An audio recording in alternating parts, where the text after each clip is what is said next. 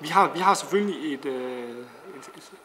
en håb og drøm om at blive ved at sikre et Hylke som et attraktivt sted at bo. Så en af de væsentlige ting for os i den her planlægning, det er at sikre et grundlag for, at landsbyen består.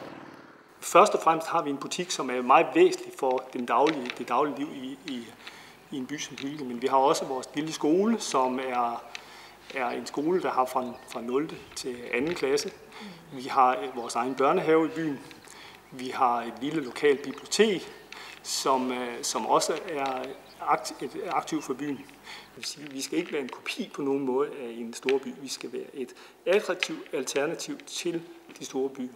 Det kan fx være i form af, at man har store parceller. Det kan være i form af, at man har mulighed for at have dyr og sådan nogle ting, som man typisk ikke har i de større byer.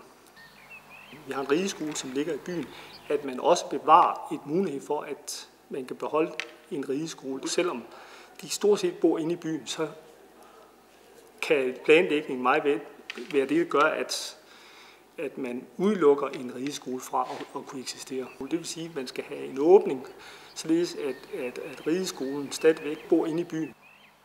Der kan fx være drømme om at lave nye sportsfaciliteter. Der er grupper, der arbejder med multibane. Der er grupper, der arbejder med måske lave haller og sådan nogle ting. Og det er klart, at der er sådan nogle ting, som man også er interesseret i at få i en by som vores.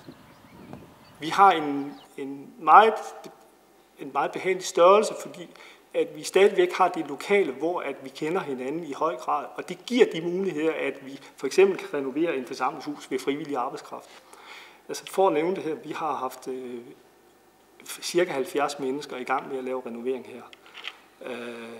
Det er nogle af de muligheder, som man har i et samfund som Hylke, som man ikke har andre steder.